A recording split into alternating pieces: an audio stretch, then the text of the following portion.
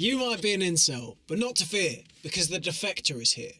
Now you can tell by the sentence that has just been uttered that I myself am obviously a fucking incel. So let's get into what I actually want to talk today about the point of being an incel. This has come right to the head of society and the sort of the self-help industry with the series Adolescence that has just come out. And I think it's important for us to really make a point of what actually is an incel, and if you are an incel, how can you get out of this? First things first, I want to make the point that being an incel isn't necessarily a bad thing. I've found that the industry of calling someone an incel, or the idea of being an incel, is in large part connected to a lot of things that are actually quite good for us. So, for instance, a lot of people would call someone an incel if they were someone who does a lot of reading, does a lot of writing, goes to the gym, sort of bro sciencey sort of person. These people get called incels. Now, that's probably because they are, but there are a number of good things within that will be lost if we just march forward with this idea that being an incel is a bad thing. There's something to be taken from being an incel if this is something that you're struggling with. And the point to be made there is people sort of accidentally become an incel. Becoming an incel often is sort of the byproduct of choosing to just really put some time into yourself and improve yourself, basically. And that's not a bad thing.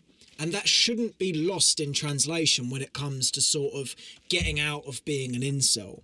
Now, as I touched on there are some things within being an incel that are a problem, and you need to sort of find a way out of that and not just shell in like we often do. But don't throw the baby out with the bathwater on this. There are some really good points to being an incel. And as I say, just to sort of backtrack there and sort of break this down a little bit better, being an incel often happens as a result of choosing to get better at things. That's a good thing. No more to it. That's good. Don't lose that part. The issue that I think people come into when it comes to actually sort of being put into this category of the incel, where the part of this you don't want, is they refuse to do anything but the self-improvement stuff. And this, my good sirs, is where you go wrong. There is more to life than reading and writing and meditating and all this bollocks. Don't get me wrong, as someone who does all of these things, Chief Defector, they are good, they are useful, and you should carry on doing them. But, and this is a big but, which you probably haven't seen if you're an incel, you need to do other things as well. You need to have two parts of your life. You need to have the part of you that is interested and invested in becoming better and in chasing the right things, and you need to have the part of you that is invested and interested in having a good social life and taking care of that aspect of yourself as well. I think where we can go wrong with sort of the idea of being an incel and being an incel is that there's no good in being anything but productive, and it's not true. There's a lot of good in sometimes doing some stupid shit, because that stupid shit, as in going out for a party or that, that sort of thing, though it doesn't fall within the circumference of the sort of productivity world, it's very productive and positive for you to do. And the reason as to why that is because we are social creatures. We are creatures who need to have a grasp on society. We need to be integrated with people. And when we get too far down the rabbit hole of sort of improvement and getting better on these fronts, we lose touch with that part of us that needs to be connected. That part of us that needs to be in touch. On that point, the incel and his incelish brain wants to improve. He wants to progress. He wants to get better at things.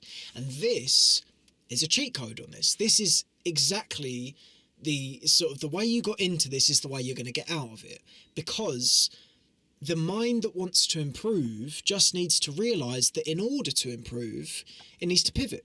It needs to go and do something else. It needs to realise that there is value and there is utility in going out to social events, going and socializing, going and, dare I say it, speaking to a woman. These things are as useful, if not more useful, in actual fact, because if you get too far down that rabbit hole, there's only so much growth you can get from continuing to read a book, whereas when you actually start experiencing things and doing things, now we're talking. Now you're getting something. Now you're really doing something. I found a really helpful reframe of sort of pulling away from this like hermit ambience within myself is reframing what it means to do something successful.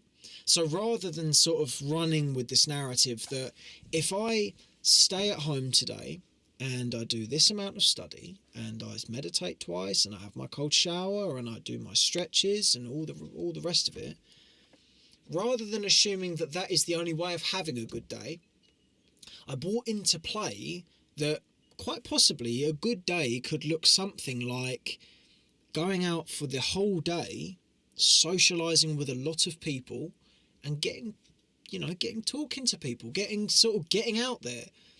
It's the reframe of every day doesn't need to be followed strictly by a routine. Sometimes the best way of following a routine is to fuck it off, to break it, to go and do something else. Because within that, you allow yourself to be growing on multiple fronts. You allow yourself to be able to become someone who is intellectual and progressing and working on their business, whatever it is, and be someone who is charming and intriguing and a good listener and all of these things. And do not forget that there is so much progress and so much value in these character traits. We want to be better people in terms of self-improvement. It's literally the name of the game. But then we don't pay any attention to the fact that part of self-improvement is improving yourself, improving the part of you that shows up for the rest of the world. Pay some attention to the fact that socializing is a good part of your life, and it's something to take care of. Take that energy that has been so carefully cultivated and pushed towards progressive acts like studying, and push that towards something like socializing, and you're onto a winner, my friend.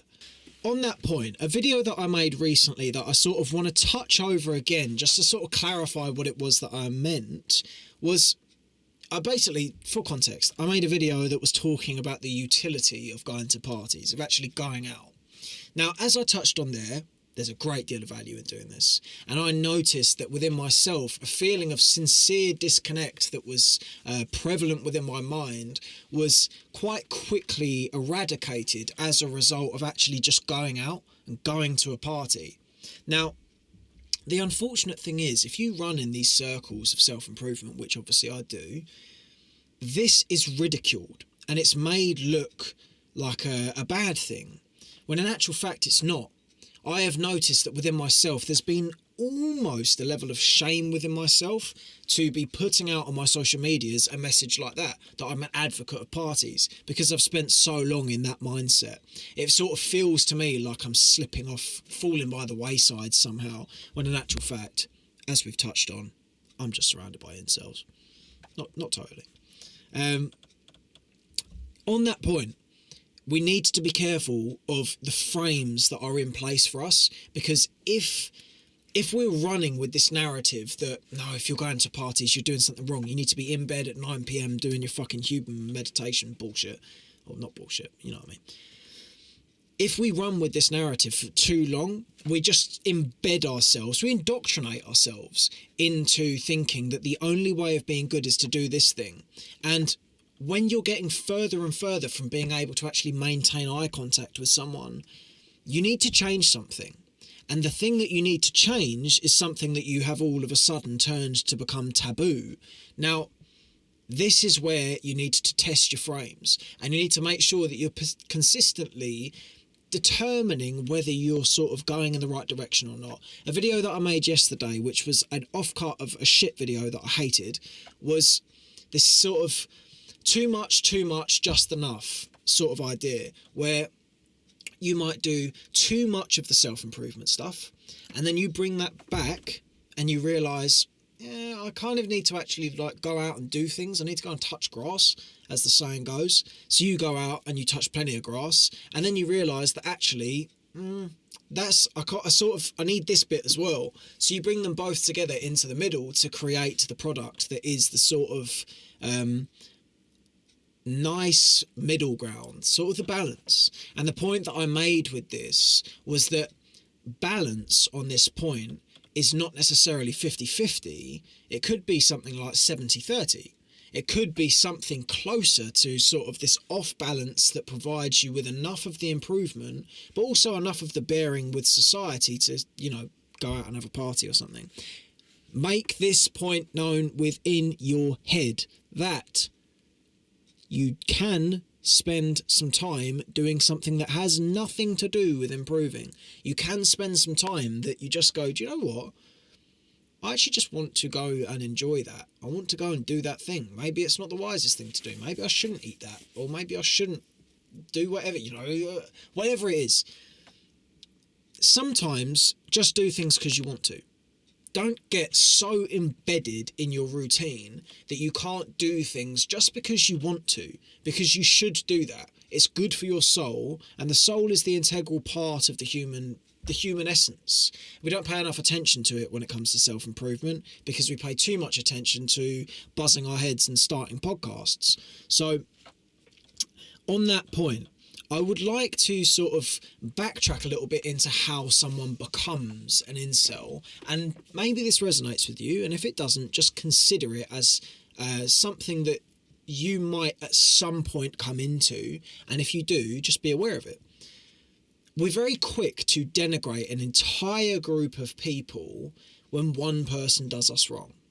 The villain arc is prevalent within the self-improvement industry. A lot of people will start becoming an absolute fucking savage after they've been rejected or after their girlfriend has left them or something like that.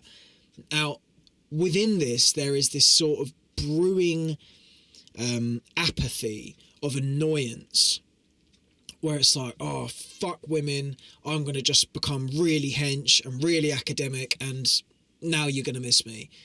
Well, they're not, because no one knows where you are. You're in your basement. You need to be careful when doing this because it's not an entire group of people that have wronged you, and you don't need to be carrying or harbouring this sort of anger in pushing yourself forward. Don't feel as though that if you go through a breakup or something like that, that it's anyone's fault. It's no one's fault. Even the person who's broken up with you. People are funny, you see? People do things because they want to make themselves better. The same way you want to improve, the person that might break up with you just wants to feel better. And they might not be going about it in a way that works for you, but they're going about it in a way that helps them. Or at least they think it does.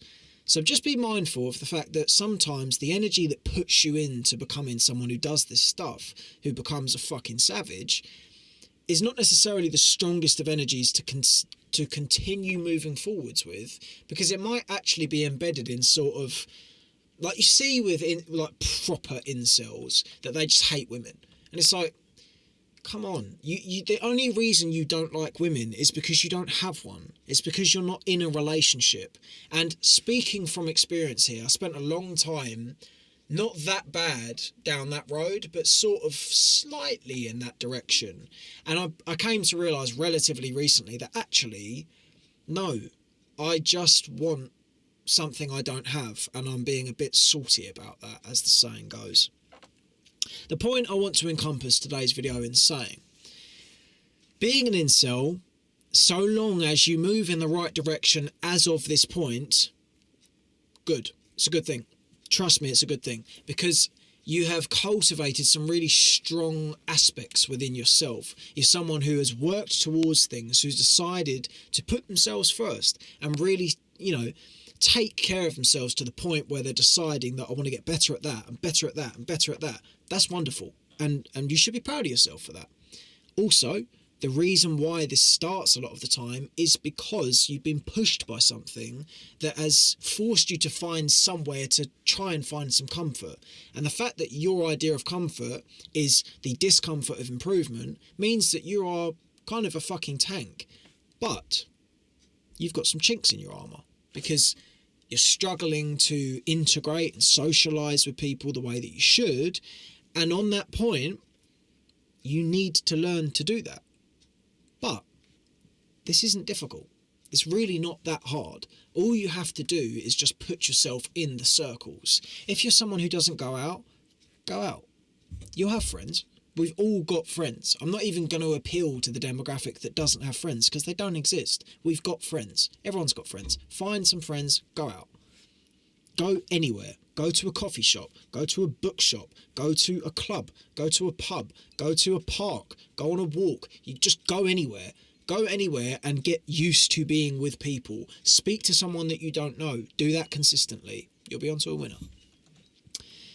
My encapsulating point here is the mind that has brought you to become someone who's maybe a little bit too far down that road is the mind that can bring you out of that and way past that point.